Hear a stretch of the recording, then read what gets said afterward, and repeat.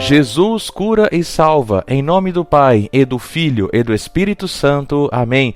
Amados irmãos, muito obrigado por você estar aqui na nossa homilia diária, o nosso caminho de santificação pela Palavra de Deus. Nós vamos meditar o Evangelho que está em Lucas, capítulo 5, versículos de 17 a 26. O Senhor esteja convosco, Ele está no meio de nós. Proclamação do Evangelho de Jesus Cristo segundo Lucas. Glória a vós, Senhor.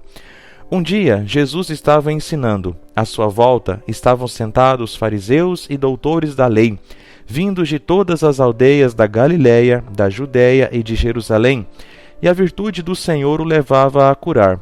Uns homens traziam um paralítico num leito e procuravam fazê-lo entrar para apresentá-lo, mas não achando por onde introduzi-lo, devido à multidão, subiram ao telhado e por entre as telhas o desceram com um leito no meio da assembleia diante de Jesus. Vendo-lhes a fé, ele disse: Homem, teus pecados estão perdoados. Os escribas e fariseus começaram a murmurar, dizendo: Quem é este que assim blasfema? Quem pode perdoar os pecados, senão Deus? Conhecendo-lhes os pensamentos, Jesus respondeu, dizendo: Por que murmurais em vossos corações? O que é mais fácil dizer, teus pecados estão perdoados? Ou dizer, levanta-te e anda? Pois, para que saibais que o Filho do Homem tem na terra poder para perdoar os pecados, disse ao paralítico, eu te digo, levanta-te, pega o leito e vai para casa. Imediatamente diante deles, ele se levantou, tomou o leito e foi para casa louvando a Deus. Todos ficaram fora de si, glorificando a Deus, e cheios de temor diziam, hoje vimos coisas maravilhosas. Palavra da salvação, glória a vós, Senhor. Amados irmãos e irmãs, nessa nossa caminhada para a preparação para a vinda do Senhor, lembrando que no Advento, as 2 primeiras semanas, nós nos preparamos para a última vinda do Senhor, seja no final dos tempos ou no nosso encontro com o Senhor a partir da nossa morte. Depois, a partir da 3ª semana, nós nos preparamos pontualmente para o Natal do Senhor, lá na manjedoura, Natal do Senhor, Deus que se fez homem e habitou entre nós. Pois bem, meus irmãos, neste nosso Evangelho nós podemos colher elementos para a nossa oração de hoje e colher elementos que nos ensinem a melhor viver como cristãos em preparação para o Natal do Senhor. Pois bem, vamos começar do começo. Um dia Jesus estava ensinando, diz o Evangelho, ou seja, meus irmãos, a principal atividade de Jesus é ensinar, pregar o Evangelho. Por isso a necessidade de sempre, todos os dias, ouvir o Evangelho, ver o que o Senhor está nos ensinando, ouvir o que o Senhor prega para que nós possamos ir nos purificando, ver o que em nós não presta e jogar fora, ver o que em nós é preciso curar e levar o remédio, ver o que em nós é bom e assim fortalecer esses vínculos de santidade. Portanto, meus irmãos, busquemos ouvir o Evangelho, buscamos estudar o Catecismo, busquemos estudar então e entender a nossa fé. Meus irmãos, então, nós vimos que estavam sentados em torno de Jesus, fariseus, doutores da lei, e diz o texto do Evangelho que, vindos de todas as aldeias da Galiléia, Judéia e de Jerusalém, de todas as partes procuravam ver Jesus. Meu irmão, ontem foi domingo. Você foi à missa? Ou você, ao invés de sair das regiões e ir até Jesus, você saiu do local onde Jesus está mais perto na Santa Missa e fez o movimento inverso, indo para as regiões. Meus irmãos, cuidado, o domingo é dia do Senhor. Precisamos passear, descansar? Claro. Portanto, programe o seu domingo para que você não fique sem estar com Jesus. Como é que você quer a cura, a conversão? Como é que você quer mudar de vida se você, ao invés de ir até Jesus, corre de Jesus da Santa Missa? Ah, padre, mas eu rezo em casa. Tá bom, tá com fome? Assiste televisão.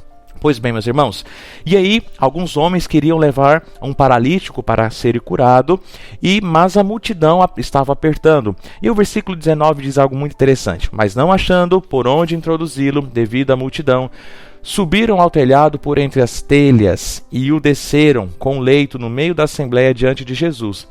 Percebem a dificuldade? Encontraram Jesus, mas a multidão comprimia. O que eles fizeram? Encontraram um jeito, mais uma vez. Quantos de nós temos a grande facilidade de estar com Jesus e preferimos correr? Quem aqui de vocês se lembra de tempos mais idos, onde muitos de nós talvez tínhamos que ir para a missa a cavalo, de carroça. Eu fui quando era criancinha de carroça. Meu pai nos colocava na bicicleta, minha mãe e eu, nós íamos na bicicleta ou na monarcona para a missa. Os tempos eram mais difíceis e nós fazíamos isso, ou seja, quando a multidão comprimia, nós encontrávamos jeito para ir até Jesus e para levar os nossos doentes até Jesus. Talvez você é um doente que precisa ir até Jesus. Encontre seu jeito. Para de pôr desculpa, para de inventar moda e procure Jesus.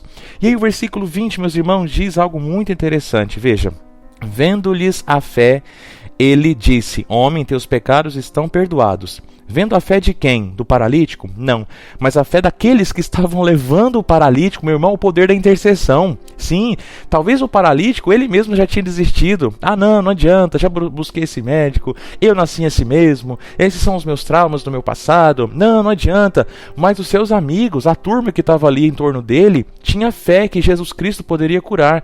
Então, meus irmãos, outro ponto para a nossa preparação para o Natal, fazermos oração de intercessão. Vendo-lhes a fé, não vendo-lhe a fé, mas no plural, vendo a fé daqueles que estavam levando o paralítico. Então os escribas, os fariseus começaram a murmurar, como muitos de nós fazemos, ao invés de rezar começamos a murmurar, a inventar coisa. E eles perguntam: quem pode perdoar os pecados senão Deus? E aqui está o ponto central, meus irmãos. Jesus Cristo é Deus. Muitas vezes também nós olhamos Jesus Cristo simplesmente como um homem bom, uma pessoa inteligente, um homem sábio que veio nos ensinar bons modos. Mas não, Jesus é Deus. Por isso ele nos cura e nos salva. Jesus Cristo quer nos curar, mas muito mais ele quer nos salvar, porque Jesus é Deus. Então, se nós temos no coração a certeza de que Cristo, Jesus, é Deus, não pode nem passar pela minha cabeça que eu não vou participar, por exemplo, da missa do Natal. Não pode nem passar pela minha cabeça que, estando fora daqui de Doverlândia, ou você que está aí me ouvindo de outra cidade, vai visitar o parente, você vai ficar sem a igreja.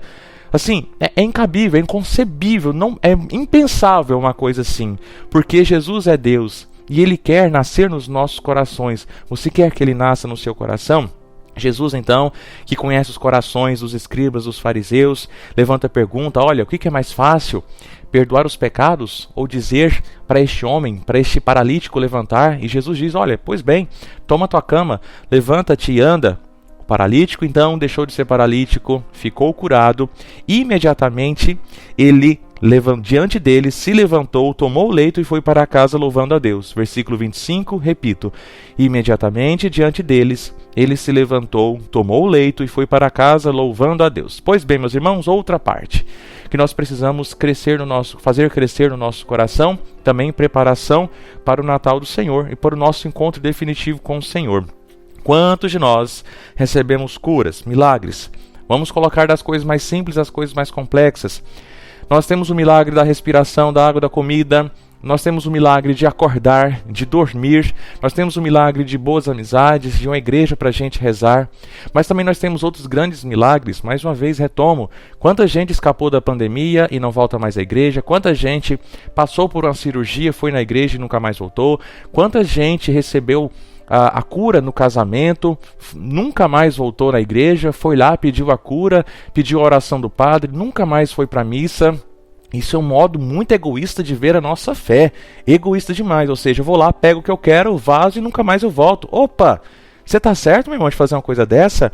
Veja o que este ex-paralítico fez. Ele levantou, tomou o leito, foi para casa louvando a Deus. Meus irmãos e minhas irmãs, louvar a Deus, ser grato a Deus, viver com Deus, estar próximo de Jesus, essa precisa ser a nossa atitude. E diante disso, quando acontece na vida do nosso irmão ou na nossa própria vida, o último versículo do Evangelho precisa nos ajudar, dizendo: hoje vimos coisas maravilhosas. Então, louvar a Deus pelos mínimos milagres e pelos máximos milagres, porque no final de tudo, o Senhor nos concede esses pequenos milagres e os grandes milagres em vista da nossa salvação. E por isso eu disse no início, Jesus cura e salva, porque Ele quer nos curar. Obviamente, Ele não quer nos ver sofrer à toa. Se for para nossa santificação, Ele nos permite. Mas o nosso Senhor quer principalmente nos salvar. Amados irmãos e irmãs, que neste tempo nós possamos crescer nesta preparação, crescer em amizade com o Senhor e assim ser curados e salvos. Fica comigo que ainda nós vamos rezar rezar um Pai Nosso e uma Ave Maria. Pai nosso que estais no céu, santificado seja o vosso nome, venha a nós o vosso reino, seja feita a vossa vontade, assim na terra como no céu. O pão nosso de cada dia nos dai hoje, perdoai-nos as nossas ofensas, assim como nós perdoamos a quem nos tem ofendido. E não nos deixeis cair em tentação, mas livrai-nos do mal. Amém. Ave Maria, cheia de graça, o Senhor é convosco, bendita sois vós entre as mulheres, e bendito é o fruto do vosso ventre, Jesus. Santa Maria, Mãe de Deus, rogai por nós, pecadores, agora e na hora de nossa morte. Amém. E que Deus te abençoe, em nome do Pai, e do Filho, e do Espírito Santo. Amém.